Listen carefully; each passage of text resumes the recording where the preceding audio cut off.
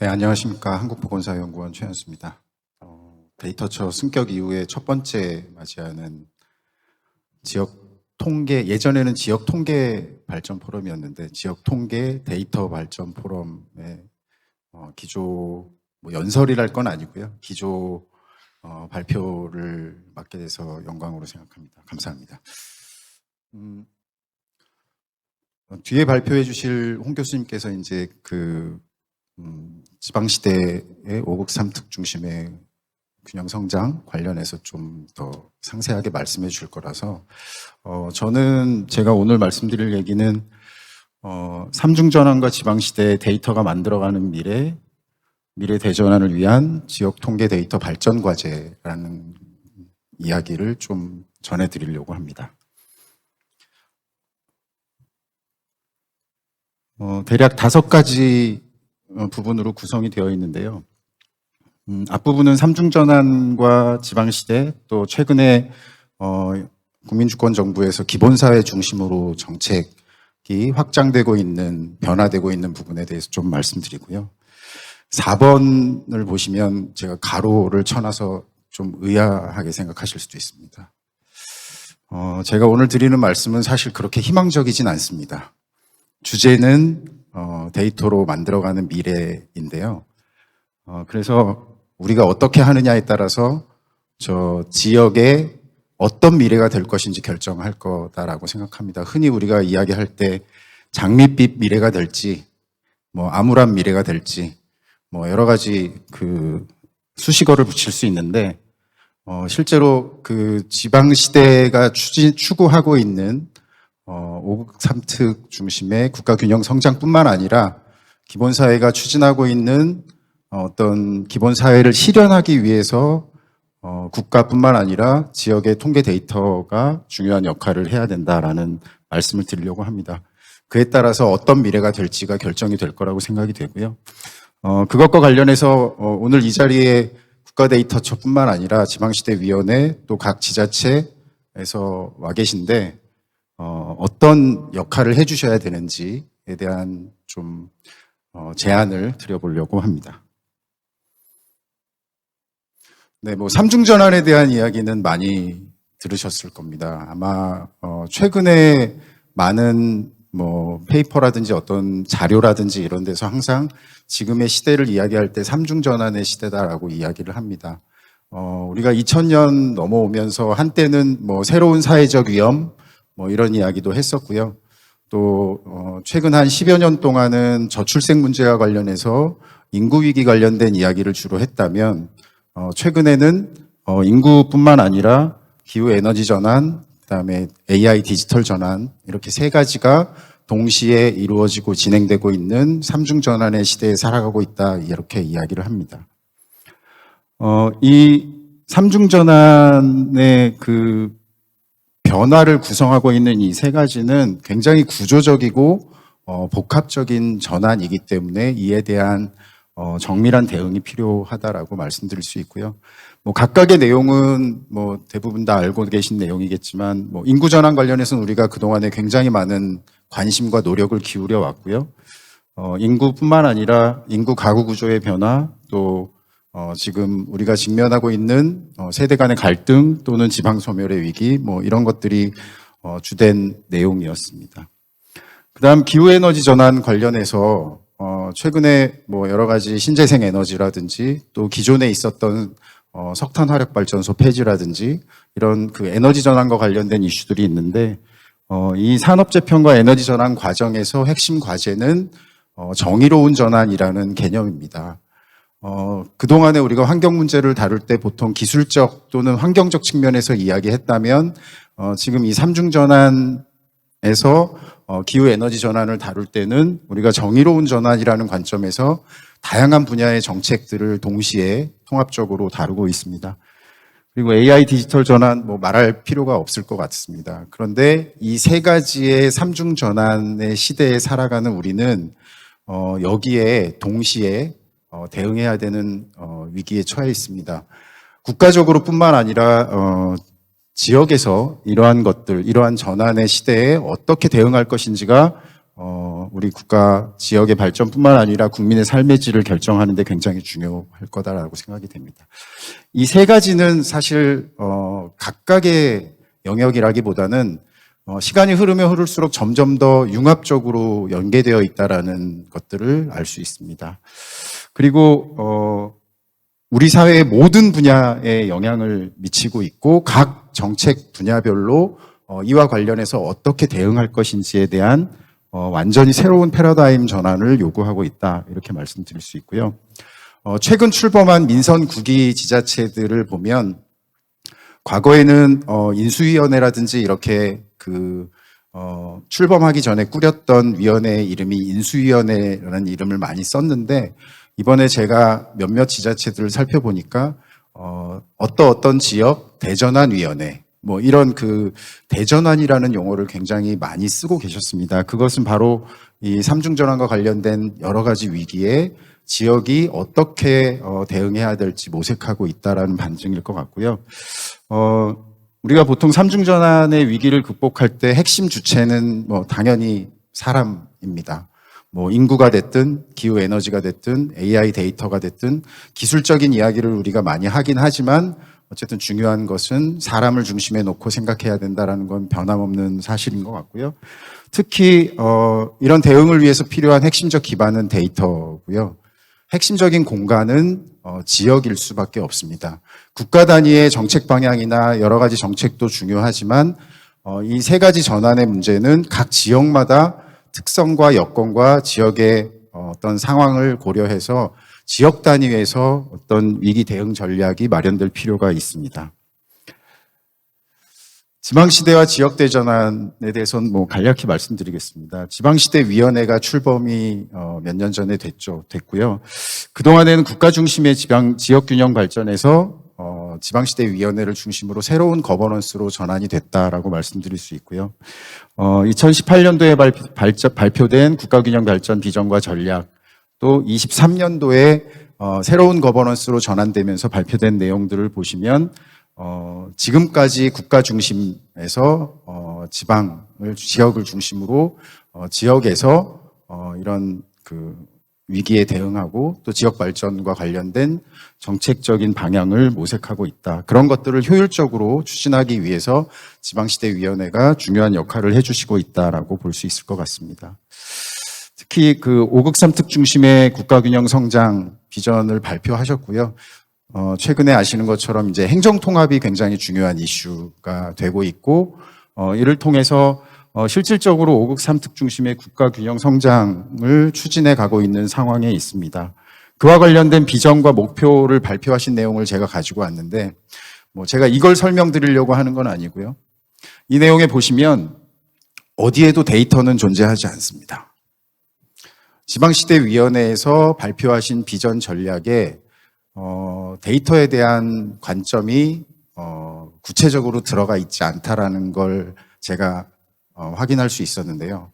오른쪽에 보시면 1번, 2번의 성장과 집중, 연결과 확산이라는 경제 사회 분야의 주요 전략들과 더불어서 세 번째 이 부분에 보시면 행정 재정 기반 구축이라고 되어 있습니다. 그런데 그 안에 예를 들면 데이터 기반의 성과 연동을 위한 평가 시스템 구축, 지방 재정 확대, 거버넌스 이런 부분들이 들어가 있는데, 행정 재정뿐만 아니라 사실은 지방시대를 추진하기 위해서, 성공적으로 실현하기 위해서 데이터의 관점이 좀 들어가서 여기에 데이터 기반을 지역에서 어떻게 만들어야 될지라는 부분이 앞으로 또 지방시대위원회에서 중요한 아젠다로 좀 다루어졌으면 좋겠다라는 말씀을 드리려고 이 내용을 가지고 왔습니다. 그다음 이제 지역 중심의 정책 패러다임 전환입니다. 여러 가지 국민의 삶의 질과 관련된, 좁게 보면 복지 정책뿐만 아니라 대부분의 정책 분야들에서 추진하고 있는 새로운 정책들이 지역을 중심으로 변화되고 있습니다. 그래서 지방시대위원회가 추진하고 있는 5국 3특 중심의 국가균형 성장뿐만 아니라 이번 정부에서 핵심적으로 지금 추진하고 있는 내용이, 특히 정책 분야와 관련해서 중요한 부분이 대통령 직속 기본사회위원회에서 추진하고 있는 기본사회와 관련된 정책입니다. 기본적인 삶의 보장으로 혁신과 도약의 기초가 되는 사회라는 것들을 이야기하고 있고요. 헌법에 명시된 국민의 모든 권리를 최대한 실현하고 국가와 사회가 함께 모든 국민의 기본적인 삶을 책임지는 사회다라고 우선적으로 정의를 내리고 있는데요. 대통령께서도 이 부분에 대해서 말씀을 하셨고 아마 모든 분들이 아시겠지만 과거에 이제 기본소득 논의에서 보다 확장된 개념으로 기본사회라는 정책을 핵심적으로 추진하고 있습니다. 그런데 이 기본사회라는 그 국정 목표 비전 전략과 관련된 중요한 핵심적인 개념에 보면 우리가 생각하는 여러 가지 정책 분야들이 총망라되어 있고요. 그 안에 공공 영역뿐만 아니라 사회적 경제 영역이라든지 또는 AI 기본사회라는 개념들도 포함이 되어 있습니다. 그리고 이 기본사회 정책과 관련해서 최근에 굉장히 많이 활용되는 수식어 중에 하나가 많이 들어보셨겠지만 모두의라는 수식어입니다. 왜냐하면 기본사회가 추진하는 여러 가지 정책들이 과거와는 다르게 보편적인 지향을 가지고 있다 보니까 현 정부에서 추진하는 여러 가지 정책들이나 프로그램들은 앞에 수식어에 모두의라는 게 많이 들어가게 됩니다. 어제 지역 필수 공공의료에 대한 대통령 보고가 있었는데요. 거기에서도 모두의 의료 시스템이라는 용어가 있었고요. 또 여기 AI 기본사회 관련해서 인공지능 전략위원회와 기본사회위원회가 계속 논의를 하고 있는데 여기에서도 모두의 AI, 우리가 보통 소버린 AI라고 이야기했던 부분과 연계해서 모두의 AI, 모든 국민의 기본적인 AI 접근과 활용, 이제 이런 부분에 대한 것들을 이야기하고 있습니다. 그런데 이 기본사회 정책을 말씀드리면서 여기에서 굉장히 중요한 내용이 한 가지 있는데요. 그 부분은 바로 뭐냐면 지역을 기반으로 이러한 정책들을 추진한다라는 것입니다. 다음 페이지에 보시면 지역 중심의 정책 패러다임 전환이 이미 진행되고 있고 앞으로 굉장히 중요해질 거다라는 건데요. 그 사이에 실질적으로 국가가 추진했던 중앙정부의 여러 정책뿐만 아니라 민선 7기, 8기, 9기까지 오면서 굉장히 지역의 다양한 정책들이 만들어지고 또 지역 주민의 삶과 관련된 우리가 과거에는 생각하지도 못했던 새로운 정책들이 들어오고 있습니다. 또 어떤 특정 지역의 정책들은 발전돼서 이게 국가 단위의 정책으로 확대되기도 하는 사례가 나타나고 있습니다. 이런 정책의 변화를 보면 오른쪽에 보시면 여러 분야들이 들어가 있는데요. 기본적으로 거의 우리 일상생활과 관련된 모든 삶의 영역들을 포괄하고 있는 정책의 영역들이 기본사회 정책을 구성하고 있습니다. 이것은 어떻게 보면 우리가 이제 좀 거시적인 관점에서 지방시대위원회가 추진하고 있는 정책이 5국 3특 중심으로 국가 전체 또는 지역의 균형 성장을 이야기한다면 그 지역 내에서 이 기본사회를 실현하기 위해서 각 분야별로 소소한 정책들부터 중요한 정책들까지가 지역 주민의 삶에 중요한 영향을 미치고 기본사회를 실현하는데 앞으로 중요한 역할을 할 것이다라는 걸 말씀드릴 수 있습니다. 그런데 실제로 이제 이런 것들을 추진하기 위해서 특히 우리가 데이터를 기반으로 지역에서 정책을 추진하고 또 실행하고 평가하기 위해서 우리가 지금 어떤 상황에 있는지를 좀 살펴봐야 될 것 같습니다. 그래서 이제 본격적으로 데이터가 만들어가는 지역의 어떠한 미래라는 부분에 대해서 이제 말씀을 드릴 건데요. 부제로 제가 지역 통계 데이터의 암울한 현실이라는 제목을 달았습니다. 아마 여기 이 자리에는 지자체에서 오신 선생님들도 계실 거고요. 또 데이터처의 지방청에서 오신 선생님들도 계십니다. 우선 그 국가 데이터 또는 지역의 데이터와 관련된 환경의 변화 관련해서 좀 기본적인 걸 말씀을 드리면 정책과 관련해서 또는 아까 대구 부시장님께서 말씀하셨던 주민들과 관련된 행정에 있어서 통계 데이터 인프라와 수요는 끊임없이 변화되고 확장되고 있습니다. 지금도 우리가 자주 쓰는 용어기는 하지만 보통 근거 기반의 정책이라는 이야기를 많이 합니다. 해왔습니다. 그런데 OECD도 그렇고 실제로 지금은 데이터 주도의 정책이라는 표현을 많이 쓰고 있습니다.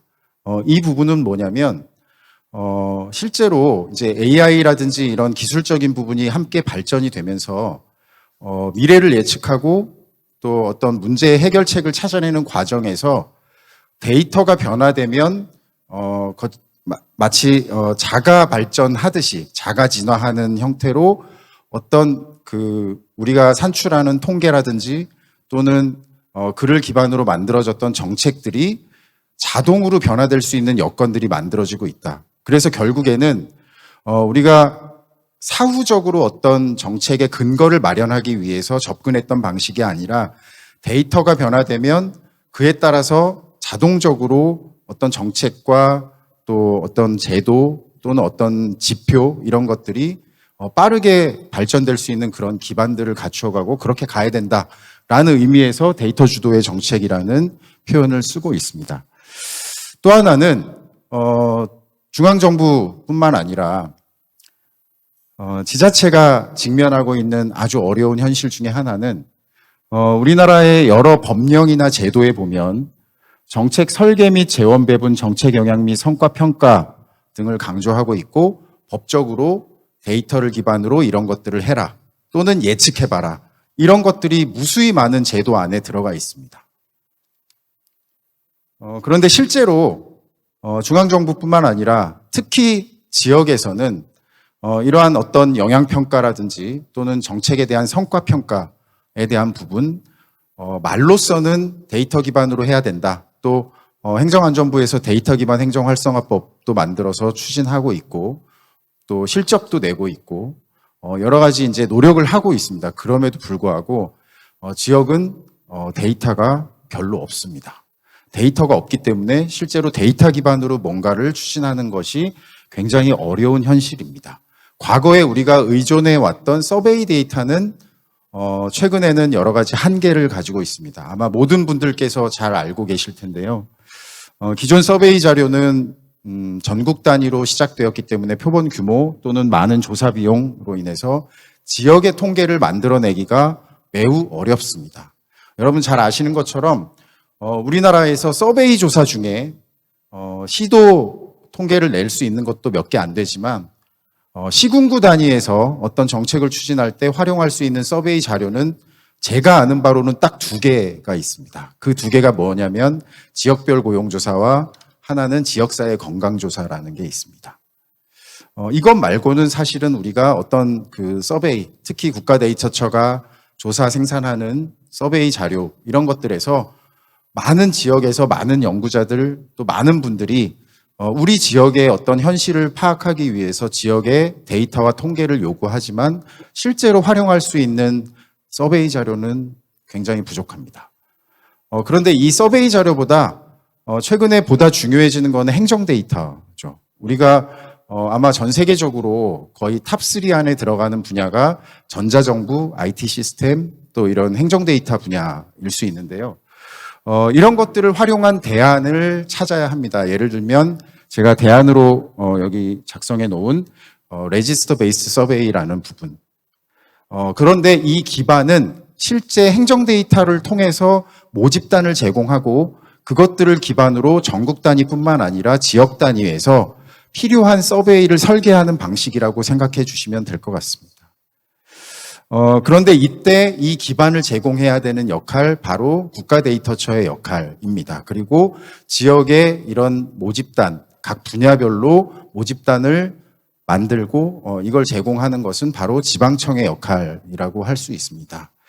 사실 지금까지 중앙에서 추진했던 서베이뿐만 아니라 지역이 지금도 추진하고 있는 소규모의 어떤 실태조사나 서베이들은 이런 방식으로 추진이 되고 있지 않기 때문에 국가데이터처가 가지고 있는 또는 중앙정부 각 부처가 갖고 있는 행정 데이터와 연계돼서 서베이된 조사의 결과들을 활용하는 데 한계가 있어 왔습니다.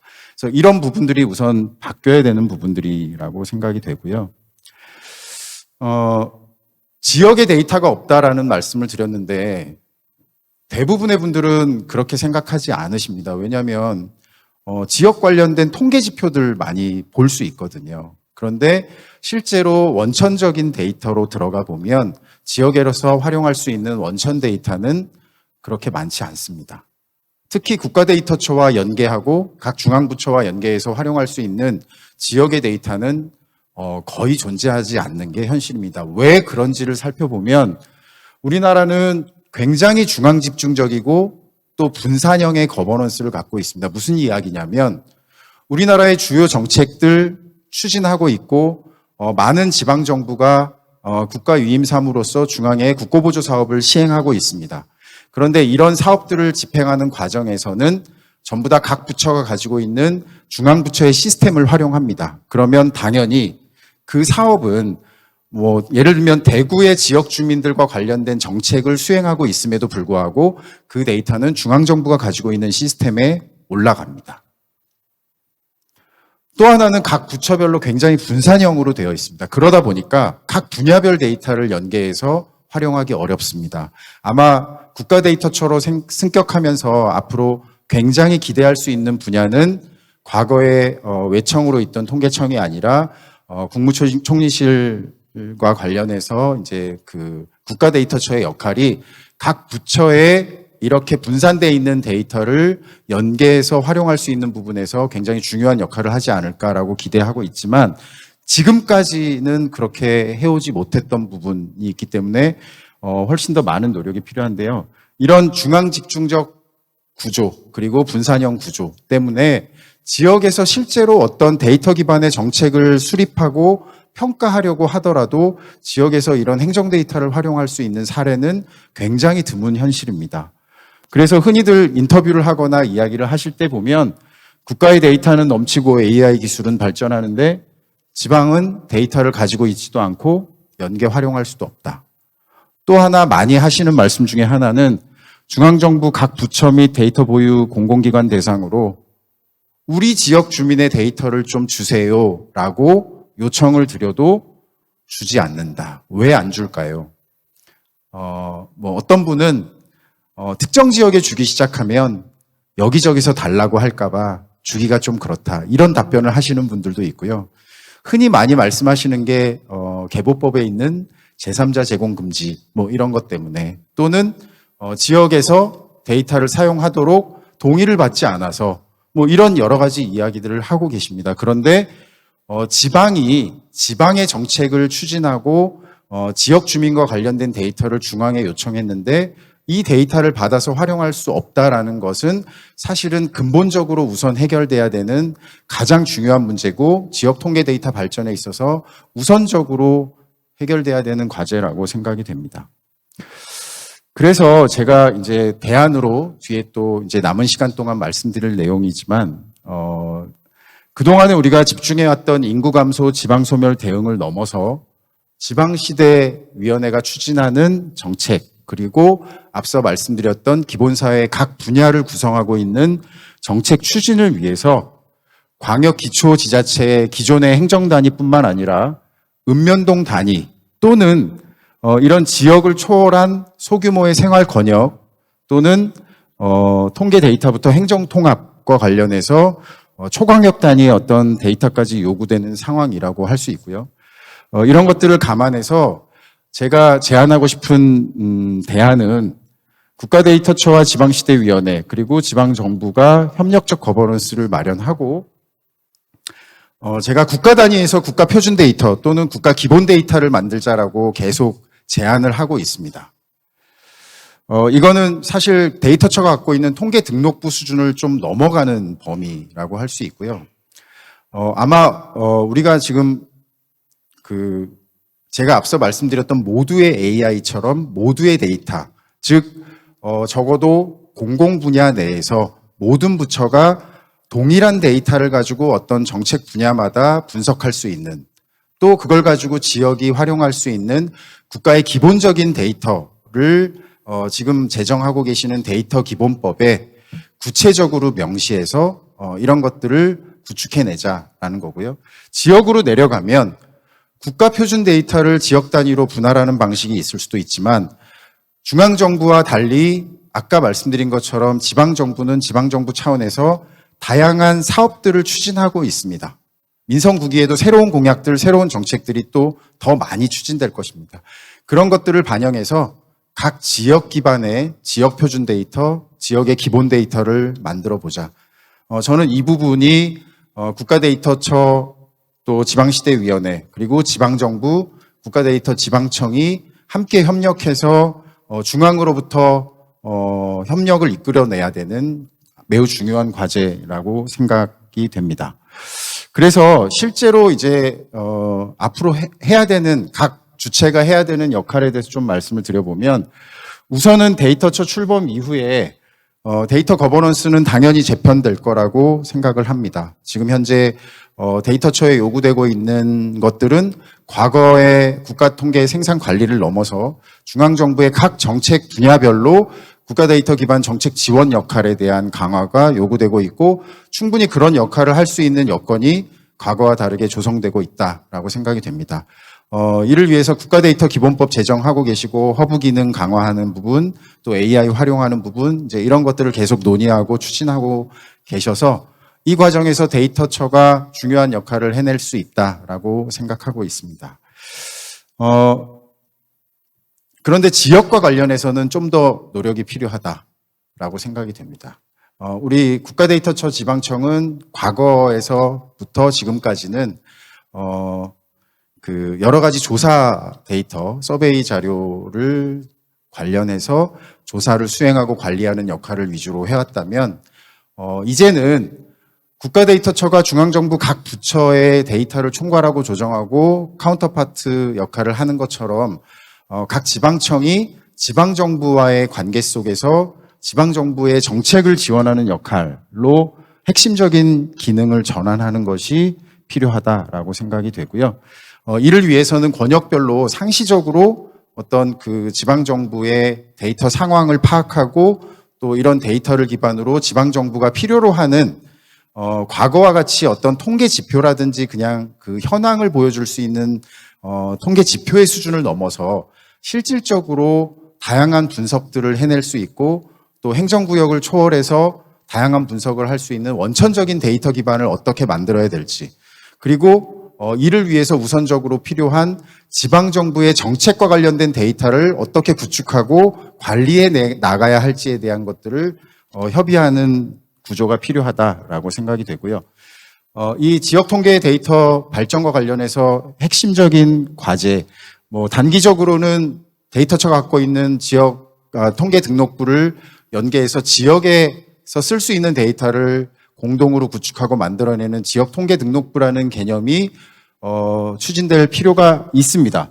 그런데 중장기적으로는 앞서 말씀드렸던 것처럼 지역 표준 데이터를 상시적으로 또 정기적으로 만들어서 지역이 공동으로 활용하는 방식을 추진해야 된다. 그런데 이 부분은 각 부처의 법령에 보면 기본계획 수립과 실태조사, 법정 실태조사 이런 것들이 법령에 들어가 있는 것처럼 지금 이미 발의되어 있긴 하지만 데이터 기본법 안에 국가 표준 데이터라든지 또는 지역 표준 데이터, 지역 기본 데이터에 대한 법령을 명시적으로 집어넣어서 이런 데이터를 구축하는 데 필요한 각 부처 또 각 기관이 갖고 있는 데이터 그리고 지역의 데이터를 어떻게 결합할 수 있는지에 대한 주기와 방법과 이런 것들을 구체적으로 법안에 담고 적어도 1년에 한 번씩 이런 데이터를 만들어내서 이거를 중앙정부 각 부처가 공동으로 또 지역에서는 지역의 각 부서, 각 기관들이 공동으로 참여하고 활용할 수 있는 구조를 만들어가는 게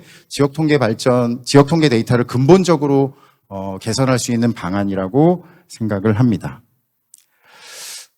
그 다음 이제 지자체의 역할, 또 지방시대위원회의 역할을 마지막으로 말씀드릴 건데요. 지방정부 제가 많이 다닙니다. 제가 행안부에서 시도평가도 담당하고 있고요. 또 지방정부를 많이 다녀보는데 실제로 사업은 굉장히 많이 하고 계십니다. 그런데 이런 사업들을 집행하는 과정에서 중앙정부와 같이 어떤 정책 데이터로서 연계하고 활용할 수 있는 기반이 마련되어 있지 않습니다. 그러다 보니까 민선구기에는 지방정부마다 어떤 정책 플랫폼을 만들어서 그 안에 자체적으로 수행하고 있는 정책들을 추진하면서 많은 데이터들을 관리하고 구축할 수 있는 기반을 만들고 그런 것들을 활용할 수 있는 노력을 기울여 주셨으면 좋겠다라는 거고요.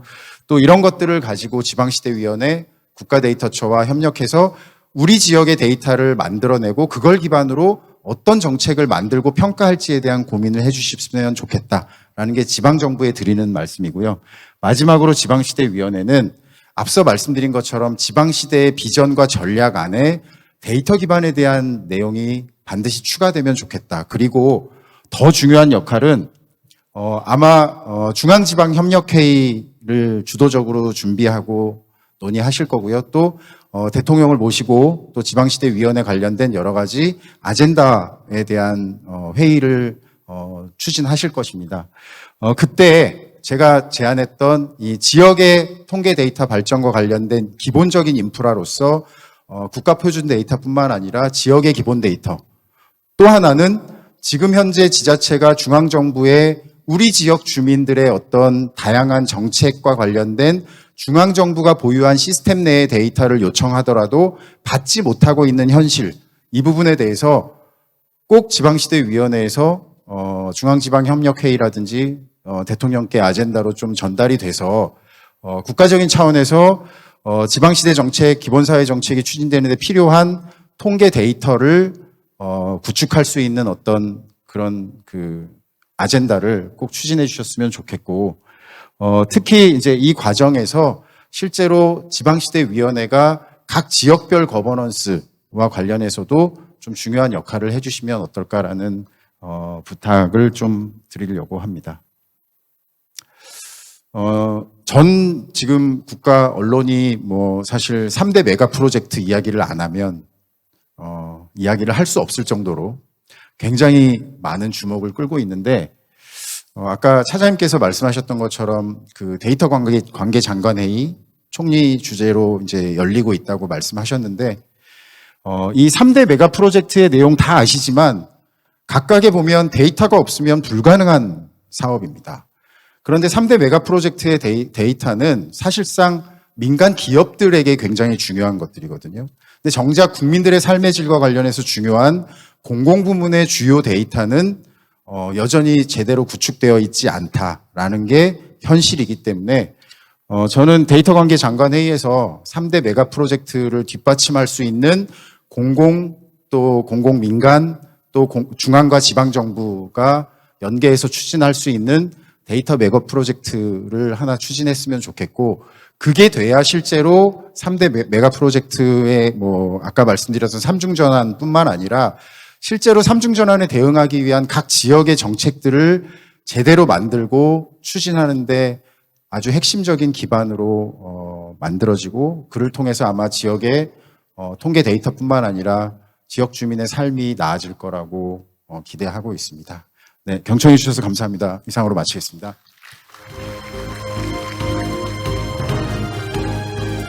네, 연구위원님 말씀 감사드립니다. 삼중전환과 지방시대 데이터가 만들어가는 지역의 미래를 주제로 기조연설 진행을 해주셨습니다.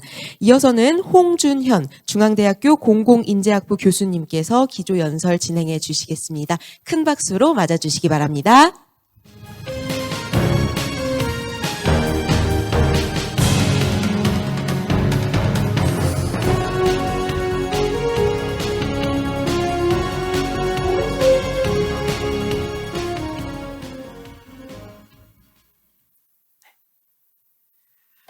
예, 소개받은 중앙대학교 홍준현입니다.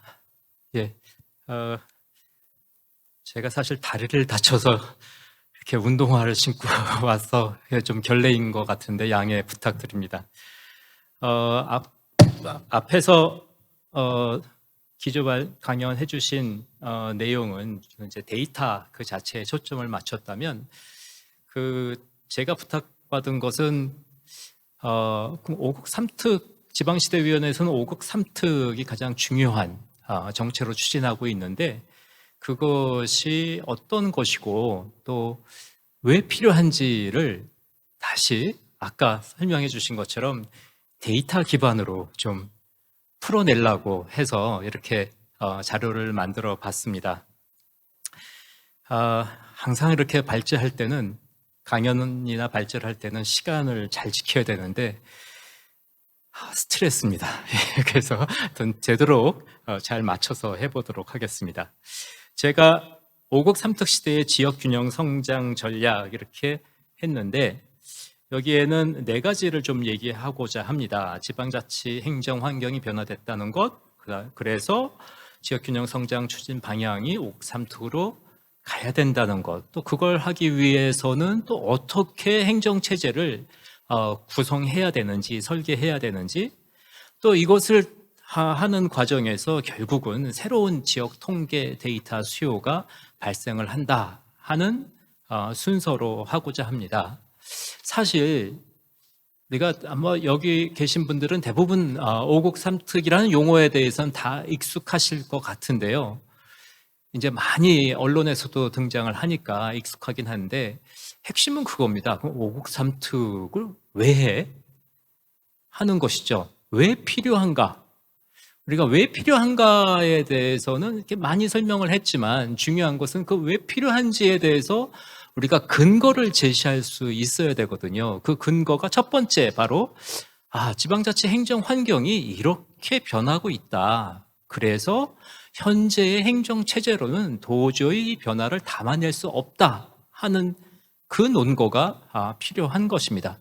우리가 보통 논거라고 했을 때는 사실 2가지에 같이 들어가죠. 우리가 그것을 논리적으로 설명할 수 있어야 되는데 그 논리를 근거, 다시 말해서 데이터로 뒷받침할 수 있어야 된다는 것입니다. 그래서 첫 번째, 지방행정 환경 변화에서는 여러 가지 얘기를 할 수 있지만 인구의 변화가 가장 중요하게 보통 취급이 됩니다. 여기 있는 이 자료, 인구 감소와 고령화가 진행되고 있다는 것은 이제는 이제 국민들도 다 좀 인식을 하고 있는 것 같습니다. 몇 년 전만 해도 인구 감소? 우리가 또 증가하면 되지라고 생각을 하는 경향도 있었는데요. 저는 계속 얘기를 하고 있는 게 인구 감소는 되돌릴 수 없습니다. 정치인들 중에는 열심히 해서 우리가 다시 발전하자, 다시 도약하자 그러지만 인구 감소는 정해진 미래입니다. 우리가 그 정도, 속도를 줄일 수 있을지언정 인구를 증가시킬 수는 없다는 것이 바로 데이터를 통해서 입증되고 있습니다. 특히 총인구 변화뿐만 아니라 총인구에 영향을 미치는 출생 사망자 수의 변화를 얘기를 하는데 그래서 총인구 측면만이 아니라 더 중요한 것은 이제 고령화죠. 즉 인구 구조가 변화하고 있다는 것이고 왼쪽 하단에 있는 그래프를 여러분들이 좀 봐주시면 제가 오래전부터 이 그래프를 계속 그려왔었는데 보시는 것처럼 단순히 고령 인구, 65세 이상 인구의 비율이 이렇게 커진다. 앞으로 2072년 정도 되면 바로 데이터처가 추계한 인구 데이터인데요. 그거에 보더라도 그 비율이 거의 40%를 넘는 50%에 육박하는 수준으로 간다는 것이죠. 이건 모든 정책이 다 바뀌어야 된다는 것인데 단순히 이게 그냥 그동안 계속 이렇게 진행돼 왔구나라는 것이 아니라 이 노란색 선을 그래프를 봐주시면 이거는 에이징 인덱스 그래프거든요. 왜 새로운 정책이 필요한지를 이 노란색 선이 보여주는 겁니다. 노란색 선의 기울기가 최근 5년 사이에 변곡점을 지나고 있는, 즉 새로운 추세선을 그리고 있다는 것을 보여주죠. 우리가 과거에 해왔던 정책을 그러니까 더 열심히 해서 뭔가 보완해보자 하는 게 통하지 않는다는 얘기를 보여주는 데이터라고 할 수가 있습니다. 그래서 우리가 어떻게 하면 이제 새로운 틀 속에서 국가 정책이 만들어져야 된다는 것을 나타내 주는 거라고 할 수가 있고요. 그다음에 이러한 변화는 특히 이제 전국적으로 많이 얘기를 하는데 우리의 인구 감소의 문제에 사실 더 결정적으로 영향을 미치는 것은 특히 지방의 차원에서 보게 된다면 출생과 사망보다 더 큰 영향 요인을 쥐고 있는 것은 바로 인구 이동이라고 하는 측면이죠. 그래서 수도권으로 인구가 집중되고 있다. 이것이 이제 5국 3특의 출발점이긴 한데요. 그거에 대해서는 다 알고 있습니다. 다들 인식을 하고 있죠. 그래서 전체 인구가 변한다? 전체 인구도 수도권 인구가 이미 추월했다. 이 역전했죠. 청년 인구의 비율은 이미 더 전에 역전을 했습니다. 보통 여기까지는 얘기를 하는데 그 다음 보시면 이제 더 중요해진 건 뭐냐면 단순 청년 인구가 아니라 청년 인구는 보통 20에서 39세 인구를 우리가 보통 얘기를 합니다. 법에 따라 좀 다르긴 하지만요. 요것을 5세 단위로 나눠 보게 되면은 더 큰 변화가 또 생깁니다. 최근 5년 사이에 더 큰 변화가 생긴 게 뭐냐면 과거에는 그 청년 인구의 수도권 집중이 주로 30대 남성 인구의 비중이 크게 집중을 했다면 최근 들어서의 변화는 20대 여성 인구의 집중이 훨씬 더 크게 발생하고 있다는 겁니다. 이게 뭐에 영향을 미치느냐? 결국 궁극적으로 출산율에 영향을 미치게 되고요. 앞장에서 제가 보여드린 것처럼 하지만 그 출산율이 집중되고 있는 수도권이 가장 낮다는 게 인구의 우리가 연착륙이 아니라 인구 변화의 연착륙이 아니라 경착륙으로 가는 그래서 더 위험한 수준에 와 있다. 그래서 여성 정책이 굉장히 중요하게 또 등장을 하는 겁니다. 뿐만 아니라 이제 여기서 그럼 지방의 인구가 다 빠져가는데 지방이 같은 거냐? 지방을 다시 거점 도시하고 주변 지역을 또 나눠서 보게 되면요. 여기 있는 것은 특광역시의 인구 변화 예측이고요. 요 다음 것은 도지역의 인구 변화 예측인데 두 개를 비교해 보면 비수도권 지역, 그러니까 충청권, 강원권을 제외해놓고 이제 이 남쪽 지역의 인구 변화는 굉장히 급속하게 감소하고 있는 추세를 다 보여주지만 여기서 굉장히 중요한 포인트는 거점이 되는 광역시의 인구가 도지역의 인구보다 더 급격하게 감소하고 있다는 사실이 굉장히 충격적인 거라고 할 수가 있습니다. 다시 말해서 우리가 5국 3특의 극은 거점을 의미하는데 그 지방의 거점이 훨씬 더 빨리 쇠퇴하고 있다는 것이 지방의 성장 동력을 가져가기 힘든 상황이 됐다고 할 수가 있죠. 즉 그건 반대로 얘기하면은 그럼 지방의 거점이 어떤 역할을 하느냐? 결국 수도권으로 오는 인구들이 수도권으로 오지 않고도 그 지역의 권역의 거점에서 수도권에서의 그런 효용성을 누릴 수 있어야 지방의 인구가 수도권으로 오지 않을 텐데 거점이 쇠퇴하니까 지방에서 필요한 여러 가지 행정 서비스나 효용성을 주민들이 누릴 수가 없는 상황이 되고 그것은 더더욱 결국 인구 유출을 막을 수 있는 안전판이 지금 무너지고 있다는 것을 의미해 줍니다. 저는 이것을 인구의 댐이, 즉 거점 지역이 지방 인구의 저수지 역할을 좀 하고 있었는데 그 댐이 무너지고 있구나 하는 것을 볼 수 있다는 것이죠. 그럼 다시 또 지방 인구가 거점과 그냥 주변 지역인 도만 가지고 볼 수 있는 도 지역에도 그러면 거점이 광역시 말고는 없느냐? 또 거기도 지역의 역할을 해주는 도시들이 있죠. 근데 결국은 주민들이 그 도시의 규모별로 분석을 해보면 이 자료는 사실 그 국가 데이터처에서 수집해서 제공하는 이 시군구 단위의 데이터하고는 좀 다릅니다. 좀 달리 저는 머신러닝하고 딥러닝을 통해서 이 작업을 해봤었는데요. 이것을 해보니까 훨씬 더 심각하게 어떤 측면에서 인구가 작은 지역, 5만 미만의 도시들이 인구가 큰 지역에 비해서 지방에서도 훨씬 더 급격하게 인구가 감소하는 그러한 이 추계를 보여주고 있다는 것이고 이것은 우리가 지방 소멸 얘기를 하는데 지방 소멸을 전체를 놓고 얘기하는 것이 아니라 그 비수도권 지역에서도 그 안에서 어떤 지역이 소멸 위험이 큰지를 더 적나라하게 보여주게 된다. 사실 어떤 면에서는 이 추세가 계속되면 우리가 시군구 단위가 아니라 읍면 단위까지 분석을 해보게 된다면 사실 이제 그걸 하려다가 뭐 나중에 또 얘기할 기회가 있겠습니다만 데이터의 신뢰성과 여러 가지 문제로 읍면 단위까지는 좀 하기가 힘들었는데요.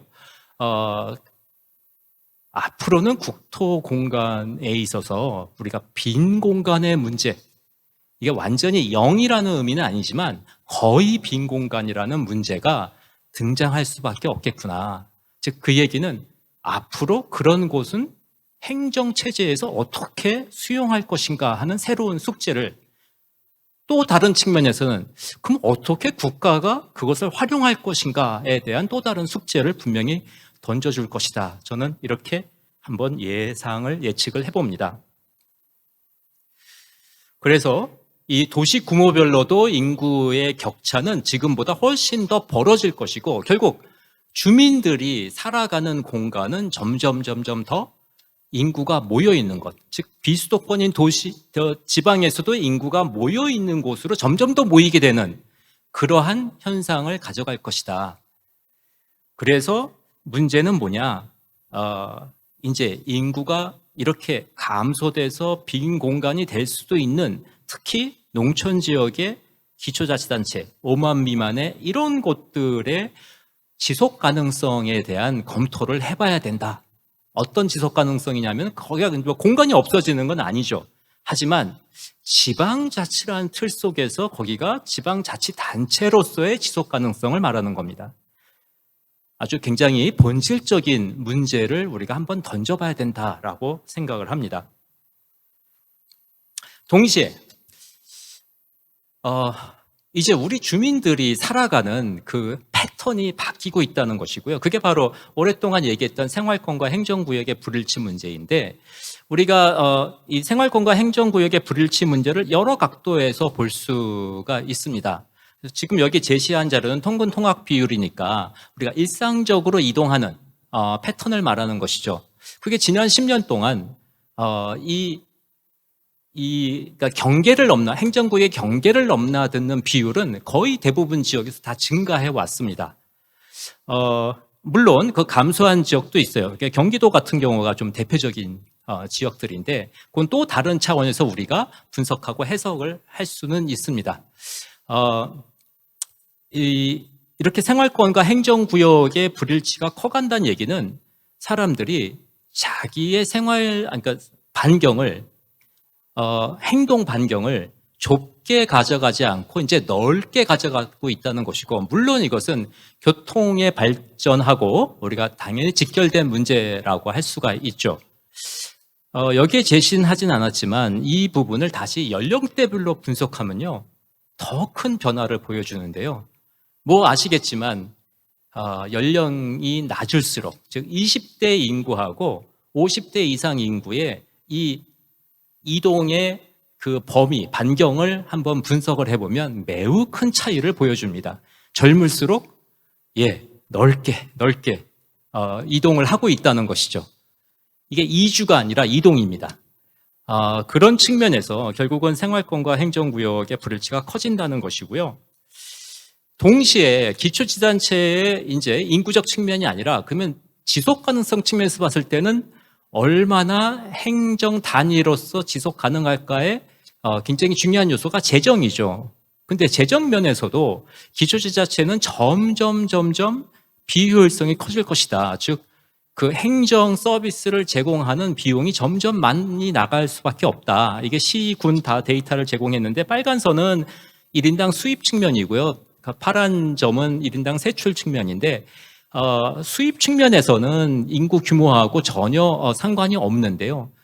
이 세출 측면에서는 나가는 비용이 되는 거죠. 비용 측면에서는 역방향이, 그것도 지수적 역방향이 이렇게 그려지고 있는 걸 볼 수가 있고요. 재정 자립도 역시 인구가 적은 곳, 즉 5만 미만 같은 경우는 재정 자립도가 향후 10%도 안 되는, 이제 이런 것들이 결국은 지방자치의 어떤 위기를 이런 지역에서 초래하게 될 것이다 하는 것이고, 그러면 일각에선 그럽니다. 그러니까 중앙정부가 더 지원해주면 될 거 아니냐 하지만, 중앙정부가 지원해줄 수 있는 재정 여력은 앞으로 더 한계에 부딪힐 것이다. 인구의 감소적인 측면도 굉장히 영향을 많이 미치지만, 이 우리나라의 전체적인 그 성장 잠재력이 결국은 잠재 성장률이 0으로 수렴할 것으로 예측이 되고 있기 때문에 결국 지방에 중앙이 지원해 주는 것은 바로 이 재정의 일정 퍼센트를 해주는 거기 때문에 모수가 커지지 않는 한 지방에 줄 수 있는 돈은 한정적이다라고 말할 수밖에 없는 것이죠. 그러니까 결국은 지방이 스스로 살아갈 수 있는 여력도 갖춰야 된다.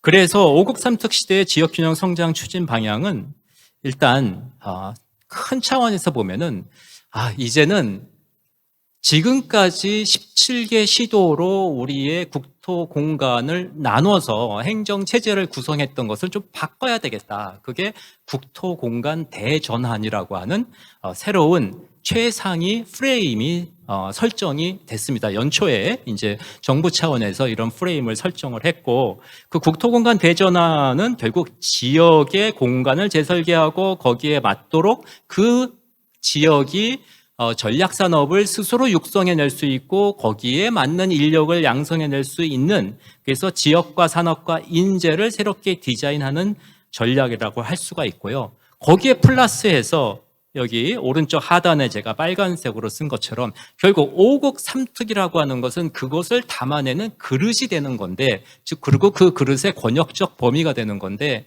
다시 말해서 우리는 이제 8개 권역을 새로운 프레임으로 가져가야 되고, 이 8개의 권역 정부가 지방자치를 할 수 있는 단위가 될 수밖에 없다.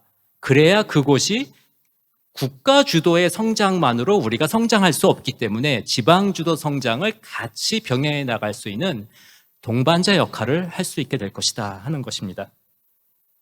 죄송합니다. 제가 이걸 안 눌렀네요. 예.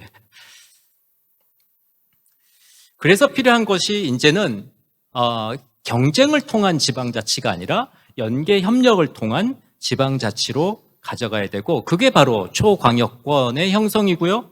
동시에 지방 기초자치단체 차원에서도 연계 협력이 불가피하다라고 볼 수가 있습니다. 근데 지금까지의 정책은 기초 단위에서 봤을 때 문제는 뭐였냐면, 우리가 지방 단위, 기초 단위에서도 우리가 출산율 정책을 많이 했죠. 인구 늘리기 정책을 많이 했잖아요. 근데 사실 우리가 그 결과를 보면은 그렇게 해서 그 권역의 인구가 늘었는가? 우리 계속 줄고 있잖아요. 어떤 면에서 보면은 인구 증가를 위한 출산율 반등 정책은 가장 돈이 많이 들어갔지만 성과가 없는 정책이었죠. 기초 단위에서 봤을 때도 인구를 늘리기 위한 출산 장려금을 가지고 하는 대부분의 기초지자체가 가장 중요한 수단으로 활용을 했는데, 이것은 인구 늘리기 정책이 아니라 인구 뺏어오기 정책의 결과를 가져왔을 뿐이다. 동시에 지방소멸대응기금도 지금 이 인구 감소 지역 지정해놓고 시군구 단위로 배타적으로 정책을 수립하고 있는데, 이제는 그런 정책이 효과를 이 반등시키는 효과를 내기는 힘들 것이다. 그래서 이러한 정책의 단위가 다 바뀌어야 될 것이다 하는 것입니다. 바로 그걸 위해서 5국 3특으로의 체제 전환이 필요한데, 이때 이제 가장 문제가 되는 게 뭐냐면 5국하고 3특이 지금 역사적인 맥락이 좀 다르다는 거예요. 특히 3특에 있어서는 우리가 3특은 제주, 강원, 전북 이렇게 세 군데가 있지 않습니까? 특히 이제 제주가 제일 처음 시작했는데, 제주가 시작할 때의 특별 자치라고 하는 측면이 바로 이러한 권역 또는 이 국토 공간 대전환이라고 하는 맥락 속에서 나오지는 않았거든요. 그 당시에 출범할 때는 인구 감소를 전혀 생각하지 않은 정책들이었죠. 그렇기 때문에 이제는 그러니까 3특에 대한 정의도 새롭게 재정의할 필요가 있다. 이거는 앞으로 3특이 그 지역의 특수성에 기반한 특별 자치에만 초점을 맞추는 게 아니라 권역 단위의 정부, 그래서 권역의 거점을 키우는 정책에 초점을 맞춰야 될 것이다 하는 게 요 슬라이드의 핵심 내용이라고 할 수가 있습니다. 그래서 이제는 5국 3특은 권역 단위의 최상위 행정구역, 행정단위로서 기능을 해야 된다. 그럼에도 불구하고 현 제도가 이렇게 통합특별시, 특별자치도, 그 다음에 뭐 들어보셨겠지만 충청권에 있는 충청광역연합, 과거에 부울경 특별연합은 사실 실패를 했지만 이런 정책들, 그 특별지방자치단체인데요. 이 세 제도가 조금씩 다릅니다. 법적 근거도 다르고 계층 구조도 약간의 차이가 있고 관할 구역 면에서도 차이가 있는데 이러한 시스템에서의 차이에 따른 차별성은 우리가 반영해서 제도를 만들어야 되지만 기능적으로 봤을 때는 이 세 제도는 사실상 5국 3특의 동등한 이 최상위 행정 체제로서 기능할 수 있도록, 즉 국토공간 대전환이 일어날 수 있도록 동등하게 권한을 부여해주는 그러한 정책의 앞으로의 추진이 필요하다고 할 수가 있습니다. 이때 지금 가장 문제가 되고 있는 것은 바로 특별지방자치단체인데요. 왜냐하면 현재 제도는 지방자치법에 있는 특별지방자치단체는 사실 처음 그것을 지방자치법 전부 개정을 통해서 처음 만들 때 이런 초광역 단위의, 즉 권역정부로서의 개념을 가지고 만든 게 아니었거든요. 기초 단위의 조합을 조금 더 자치권을, 권한을 더 줄 수 있는 그런 방식으로 만들었기 때문에 현 제도 가지고는 사실 이 제도를 구현하기가 굉장히 어렵습니다. 그래서 이 초광역 특별지방자치단체에 대한 제도적인 보완은 매우 시급한 과제가 됐다라고 저는 생각을 합니다. 그리고 통합을 할 것이냐 연합을 할 것이냐 굉장히 말이 많은데 두 가지 전부 다 장단점이 다 있습니다. 그리고 우리의 그 3특을 제외한 5극에 해당되는 부분이 다 일괄적으로 통합, 일괄적으로 연합 이렇게 갈 수도 없다는 것이죠. 그래서 이 부분에 있어서는 그 지역의 특성, 특히 공간구조와 주민들의 패턴, 일상생활에서의 패턴을 잘 고려해서 거기에 맞는 제도를 꾸려가야 된다라고 생각을 합니다. 즉 이를 위해서 그럼 지금까지 말씀드린 것은 권역정부 큰 틀을 말씀드렸는데 그렇게 크게 권역을 설정하고 권역정부를 구축하면은 과연 지금의 그 불균형의 문제가 해결될 것인가, 그리고 권역정부가 실제 그 역할을 할 수 있을 것인가, 여기에 이제 또 그 숨은 부분이 있는데요. 사실 이게 제대로 기능을 하려면 그 권역의 내부를 또 어떻게 설계할 것이냐가 굉장히 중요한, 사실 어떻게 보면 더 중요한 숙제가 되는 것이죠. 그 권역 내부를 보게 되면 지금 우리의 행정체제는, 지방행정체제는 이계층 체제죠. 광역과 기초의 이계층 체제로 획일화되어 있습니다. 물론 예외적인 지역이 바로 세종특별자치시하고 제주특별자치도죠. 하지만 그 지역을 빼놓고는 이계층제가 일괄적으로 구성이 되어 있고 약간의 차이는 있습니다만, 다시 말해서 50만 이상 대도시라든가 100만 이상 특례시에 대한 약간의 기능을 더 강화시켜준 측면이 물론 있습니다만 대동소이하거든요. 하지만 이제는 그 권역 내에서 광역과 기초 간에 수행해야 될 기능을 모든 지역에 획일적으로 가져가는 게 아니라 그 안에서의 거점성과 주민들의 생활 패턴 이런 것들을 고려해서 주민의 관점에서 한번 다시 설계할 필요가 있다. 즉 획일적으로 갈 필요가 없고 인구가 밀집되어 있는 지역, 인구 규모가 큰 지역, 그 다음에 인구가 점점 없어지는, 그래서 빈 공간까지 갈 수 있는 지역들에 대해서 어떻게 수행하는, 광역과 기초가 수행하는 기능을 맞춤형으로 다시 설계할 것이냐가 이제 권역정부에 주어진 숙제라고 저는 보고 있습니다. 이거 역시 모든 권역이 다 획일하게 그러면 맞춰줄 것이냐? 저는 그럴 필요가 없다고 생각해요. 그 지역 내에서, 그 권역 내에서 해결해야 될 숙제다라고 보여지고요. 동시에 지자체 간에 그래서 수평적인 협력도 강화돼야 되는데, 첫 번째 이거의 전제가 되는 것은 결국은 행정서비스 공급 구역을 지금은 행정구역, 즉 정치적인 그 단위로서의 행정구역하고 똑같이 맞춰놓고 있는데 이것을 오히려 공공서비스 공급구역은 매우 서비스 기능에 따라서 다양하게 가져갈 필요가 있거든요. 이걸 좀 분리할 필요가 있다라고 생각이 들고, 동시에 아까 인구 밀집 지역을 말씀드렸는데, 다시 말해서 그것이 거점 지역이라고 할 수가 있죠. 그럼 거점 지역을 마찬가지로 우리가 초광역 통합을 할 때도 예를 들어서 광역시하고 이게 행정구역이 분리돼서 나오는 문제점을 얘기했는데, 다시 이 지역들이 대도시권으로서의 기능을 제대로 수행을 해서 주민들이 불편 없이 살아갈 수 있도록 해주는, 즉 대도시권 연합의 개념도 굉장히 중요한 우리가 행정체제 개편의 키워드라고 할 수가 있습니다.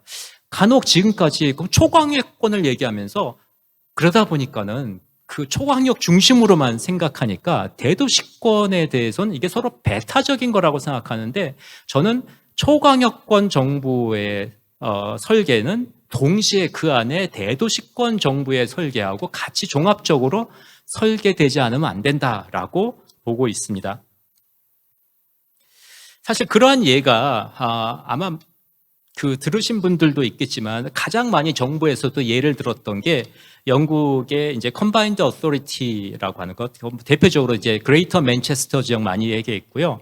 프랑스의 메트로폴이라고 하는 새로운 제도가 프랑스에서 메트로폴 설치법까지 만들어서 하고 있는데, 바로 이것이 대도시 정부를 새롭게 구성하는 그런 해외의 사례라고 할 수가 있습니다. 간혹 정부에서 과거에는 이 사례를 그래서 초광역을 해야 된다라고 얘기를 하는데, 그건 잘못된 저는 예시라고 항상 지적을 해왔습니다. 이것은 대도시권 정부의 존재 필요성을 강조해주는 사례라고 할 수가 있습니다. 그래서 그걸 위해서 결국은 수단은 특별지방자치단체가 될 텐데, 여기에 대해서 이거 아까 말씀드렸듯이 보완이 필요하다고 얘기를 했고, 그걸 위해서 재정 지원을 강화해야 되고, 또 그 협력 활성화 체계를 만들어야 되고, 동시에 지속 가능성이 어느 정도 담보될 수 있도록 해줘야 된다 하는 것이고요. 어떤 면에서는 우리가 지금 시도 통합, 광주 전남 광주나 대구 경북에서 시도했던 것처럼 이런 주로 시도 통합 차원에서 통합 얘기를 많이 했는데, 그것에 들어가는 여러 가지 갈등도 분명히 있고 문제가 발생도 될 수가 있습니다. 하지만 오히려 그거보다는 이러한 내부 행정 체계를 생각한다면, 아까 기초지자체 간 수평적인 협력 체계가 고도화돼서 그 지역을 새롭게 하나의 자치단체로 만드는 이런 시군 통합은 더 중요한 과제가 될 수도 있을 것입니다. 하지만 과거의 정책은 시군 통합을 하나의 틀로만 봐왔는데, 역시 마찬가지로 이때도 거점 도시형 또는 과소시군 통합형, 이러한 것들을 조금 분리해서 통합 정책도 우리가 가져갈 필요가 있다라고 생각을 합니다. 그다음에 통합특별시에서도 지금 이제 계속 그동안 논란이 돼 왔고, 현재는 이제 제도가 만들어졌지만, 그러면 과거의 광역시를, 즉 거점 지역을 어떻게 할 거냐 하는 문제인데, 현재의 제도는 이 안으로 돼 있습니다. 이렇게 법은 만들어졌습니다. 다시 말해서 광역시라고 하는 통합된 공간구조의 행정구역은 해체시키고 기초인 자치구를 그대로 살리는 정책을 취하고 있는데, 이것이 가장 옳은 것인지, 아니면 아까 말씀드린 거점 지역의 거점성 확보를 위해서 오히려 자치구를 준자치구 내지는 일반구로 전환시키고 다시 통합지역을 아우르는 행정체제를 구축할지에 대한 논의도 지금은 이 안으로 돼 있지만 앞으로 계속 지방시대위원회가 전 가져가야 될 논의사항이라고 보고 있습니다. 그리고 계층제 측면에서도 아까 말씀드렸듯이 결국은 소멸지역, 인구의 급격한 감소 지역에 대해서는 독자적인 지방자치단체로서의 기능이 어려워질 것이 분명하거든요. 근데 그런 면에서 이 계층제 자체도 지금과 같은 이계층제가 획일화되는 것이 아니라 복합적 계층제, 일부 지역에 대해서는 오히려 단층제 형태도 우리가 구성해 볼 수 있다라고 생각을 합니다. 동시에 그렇게 됐을 때 이제 정말 내부 거버넌스 구조로 지금과 같은 이러한 그 자치단체장, 의회 구성에 이러한 또 그 획일적인 기관 구성 형태를 어떻게 가져갈 거냐에 대한 논의도 돼야 된다 하는 것이고요. 그래서 마지막으로 이것에 대한 이러한 정책 추진에 따라서 새로운 지역 통계 데이터 수요가 있는데요. 왜냐하면 현재의 지역 통계는 전부 다 그 지역 단위, 즉 행정구역 단위의 통계가 지금 계속 구축이 되고 있죠.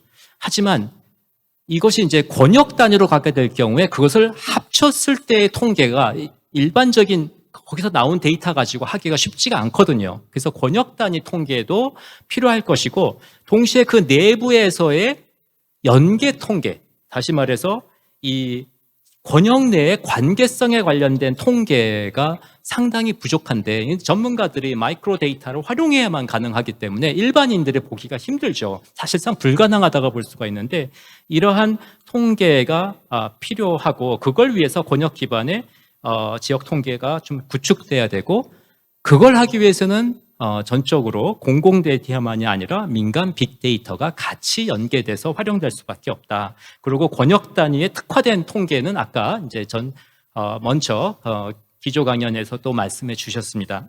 이제 거의 다 끝났는데요. 그러면 그걸 위해서 연계 데이터에서 굉장히 중요한 게 결국은 지역의 거점성을 분석한 데이터, 또 지역 단위의 생활권을 분석한 데이터가 이렇게 시각화돼서 분석이 돼서 제공이 된다면 일반 주민들 관점에서도 우리 지역이 이렇게 변하는구나 하는 것을 금방 이해할 수 있고 또 그것이 내부 행정체제의 변화 필요성을 더 직관적으로 도출해 주지 않을까 생각을 합니다. 물론 이것은 지금도 마이크로 데이터를 이용해서 이건 저희 연구팀이 분석을 해낸 것인데 이렇게 나타낼 수 있지만 일반인들은 하기가 힘들거든요. 왜냐하면 이것을 하기 위해서는 이런 알고리즘 분석을 제가 사용한 방식은 가중 페이지 랭크라고 하는 최신 공간 네트워크 알고리즘 분석 방법을 사용했고 인포맵이라고 하는 여기 거점성 분석 방법, 가중 페이지 랭크, 그다음에 인포맵이라고 하는 또 그 알고리즘 분석 방법을 사용해서 했는데 사실 이런 것들의 결과치, 뭐 분석을 하라는 게 아니라 주민들한테 이런 것의 결과치를 주기적으로 제공을 해준다면 큰 도움이 되지 않을까 생각을 하고요. 동시에 경제권에 있어서는 이런 생활권하고 달리 기업적인 관점에서 필요하기 때문에 기업의 판매 네트워크나 구매 네트워크 같은 것이 가장 기초적인 데이터가 될 테죠. 하지만 이런 데이터는 데이터를 이 기업으로부터 구매하지 않으면 사용이 안 됩니다.